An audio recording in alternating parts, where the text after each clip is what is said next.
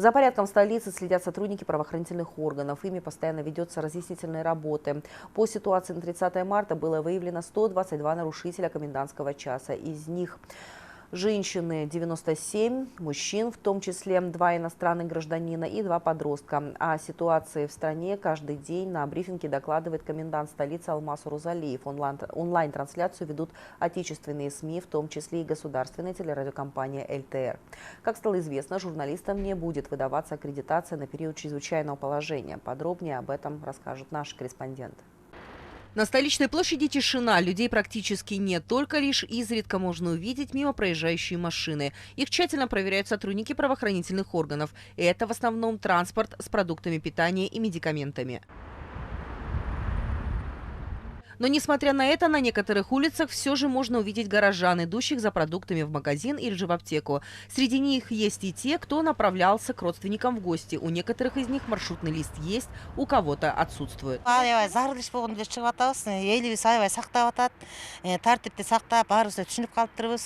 Маршрутный лист жоқ, бирок справка бар. С места работы и с работы домой еду. СБ. Я ходила в магазин за йогуртами, у меня при себе и чек, и все, и там время указано, что во сколько мы купили. Вот недавно мы только ребенку йогурты вышли взять. А почему вы... Пеший патруль на сегодня тщательно следит за передвижением граждан. В случае необходимости они ведут разъяснительные работы. В столице было организовано 410 пеших патрулей. Они обеспечены всем необходимым едой и средствами защиты. Все еще есть люди, которые свободно гуляют по городу и без уважительной причины. Хочется попросить граждан быть дома и не выходить на улицу без необходимости. Теперь для тех, кто гуляет по городу без особых причин, будет налагаться штраф. Об этом сообщили на заседании оперативного республиканского штаба по борьбе с коронавирусом. В борьбе с этим заболеванием большую роль играет дисциплина. В этой связи первый вице-премьер-министр Кубатбек Боронов призвал граждан соблюдать карантин и не нарушать правила. Одна из главных причин распространения вируса в том, что многие граждане не соблюдают правила. У нас режим чрезвычайного положения, поэтому сейчас не время расхаживать по улице и посещать многолюдные места. В связи с ситуацией в Бишкеке функционирует 117 санитарно-карантинных постов. Согласно требованиям, через эти посты пропускают только транспорт с продуктами и медикаментами. Но для этого у водителя должны быть соответствующие документы. Без особых затруднений проезжают и люди, направляющиеся в больницу. Направление Ахунбаева, Жукеева, Пудовкина барго. Ошол жака көчүрүп атабыз. Транспортный лист тоже есть. Товар түшүрүшүң керек. Паспортуңузду көрсөтсөңүз. Автоунааңыздын катталган жөнүндө көрүп. Болезнь. Эмесене бар мендечи. Монда жана чыгып баратканда берген.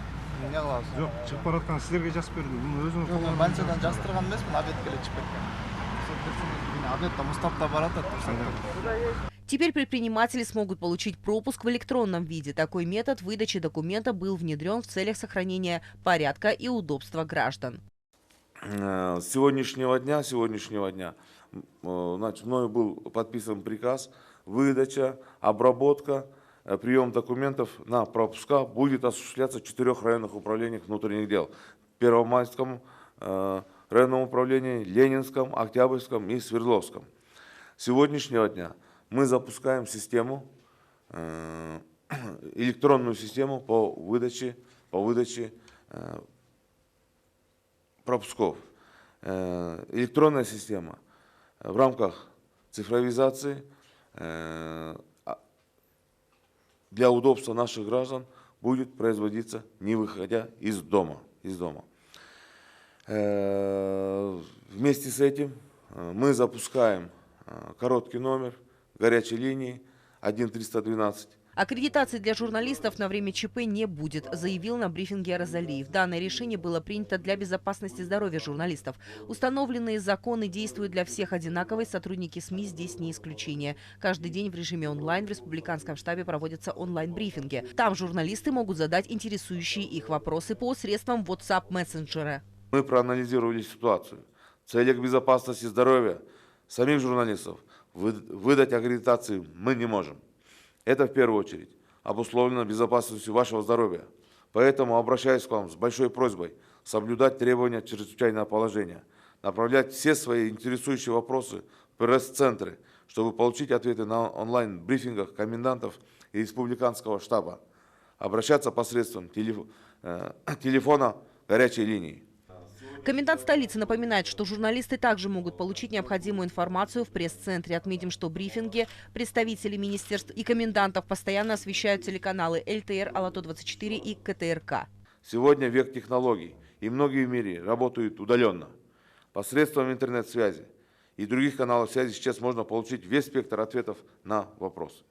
Коронавирусная инфекция – это новый вызов для всего человечества, в том числе и для Кыргызстана.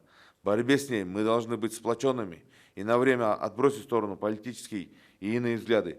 Это решение связано с двумя главными целями. Первая задача – это минимизировать возможность заражения самих журналистов, а во-вторых, не дать распространению зараженных болезней через контакты журналистов для другой части населения.